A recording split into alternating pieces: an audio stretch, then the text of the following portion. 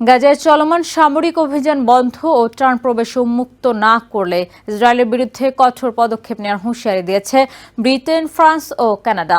সোমবার এক যৌথ বিবৃতিতে তাদের আহ্বান উপেক্ষা করলে ইসরায়েলের বিরুদ্ধে কঠোর পদক্ষেপ নেওয়ার হুঁশিয়ারি দেয় তারা। পার্লামেন্টে দেয়া ভাষণে অবিলম্বে গাজায় যুদ্ধবিরতির আহ্বান জানিয়ে সেখানে ত্রাণ প্রবেশের সীমা তুলে নেওয়ার আহ্বান জানিয়েছেন ব্রিটিশ প্রধানমন্ত্রী কিয়ার স্টারমার। গাজায় চলমান আগ্রাসনের নিন্দা জানাতে লন্ডনে ইসরায়েলের রাষ্ট্রদূতকে তলব করা হয়েছে। পাশাপাশি ইসরায়েলের সঙ্গে বাণিজ্যিক আলোচনা স্থগিত করেছে লন্ডন। আগামী 48 ঘণ্টায় গাজায় পর্যাপ্ত ত্রাণ প্রবেশ না করলে প্রায় 14,000 শিশু প্রাণ হারাতে পারে বলে আশঙ্কা জানিয়েছেন জাতিসংঘের মানবিক সহায়তা বিষয়ক আন্ডার সেক্রেটারি টম ফ্লেসার। আন্তর্জাতিক চাপের মুখে প্রায় 3 মাস পর সীমিত আকারে গাজায় মানবিক ত্রাণ প্রবেশের অনুমতি দিয়েছে ইসরায়েল। সোমবার অবরুদ্ধ উপত্যকায় সীমিত আকারে ত্রাণ প্রবেশ করলেও তা একেবারেই অপ্রতুল বলে দাবি করেছে জাতিসংঘ। ত্রাণ প্রবেশ সীমিত রাখার পাশাপাশি গাজায় অপারেশন গিডিয়ন্স চ্যারিয়ট নামে জোরালো সামরিক অভিযান অব্যাহত রেখেছে ইসরায়েলি বাহিনী। এতে প্রতিদিন ব্যাপক প্রাণহানি ঘটছে। জাতিসংঘ ঘোষিত বিভিন্ন শরণার্থী কেন্দ্র ও হাসপাতালেও হামলা করছে আইডিএফ।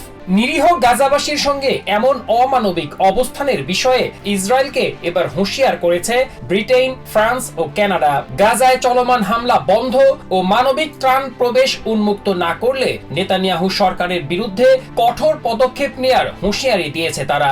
যৌথ বিবৃতিতে ব্রিটিশ প্রধানমন্ত্রী কিয়ার স্টারমার, ফ্রান্সের প্রেসিডেন্ট ইমানুয়েল ম্যাক্রো ও কানাডার প্রধানমন্ত্রী মার্ক কার্নি জানান, ইসরায়েল গাজায় তাদের সামরিক অভিযান নবায়ন এবং ত্রাণ প্রবেশে বাধা পুরোপুরি তুলে না নিলে নেতানিয়াহু সরকারের বিরুদ্ধে যৌথভাবে জোরালো পদক্ষেপ নেওয়া হবে। মঙ্গলবার ব্রিটিশ পার্লামেন্টে দেয়া ভাষণে গাজায় ইসরায়েলের চলমান আগ্রাসনের কথা তুলে ধরেন প্রধানমন্ত্রী স্টারমার। তিনি বলেন, গাজায় যেভাবে নিরীহ শিশুদের ওপর বোমা হামলা করা হচ্ছে তা অসহনীয়। এ সময় গাজায় যুদ্ধ বন্ধ ও পর্যাপ্ত ত্রাণ প্রবেশ করতে দিতে ইসরায়েলের প্রতি আহ্বান জানান স্টারমার। গাজায় খাবারের অভাবে কোনো মানুষকে মরতে দেয়া হবে না বলেও মন্তব্য করেন ব্রিটিশ প্রধানমন্ত্রী। গাজায় যে পরিমাণ ত্রাণ দেয়া হচ্ছে তা প্রয়োজনের তুলনায় একেবারেই পর্যাপ্ত নয় বলে জানিয়েছেন ইউরোপিয়ান ইউনিয়নের ফরেন পলিসি চিফ কায়া ক্যালাস।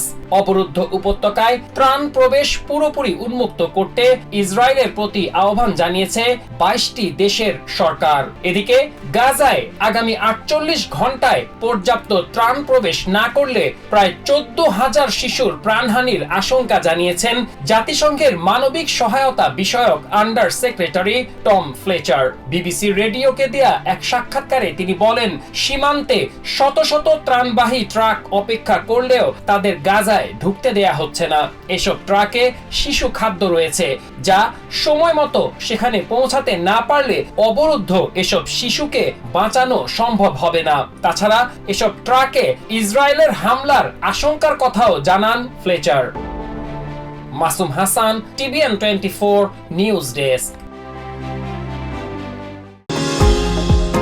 নিউ ইয়র্ক থেকে সম্প্রচারিত টিভিএন 24 টেলিভিশন বিশ্বজুড়ে বাঙালির কণ্ঠস্বর।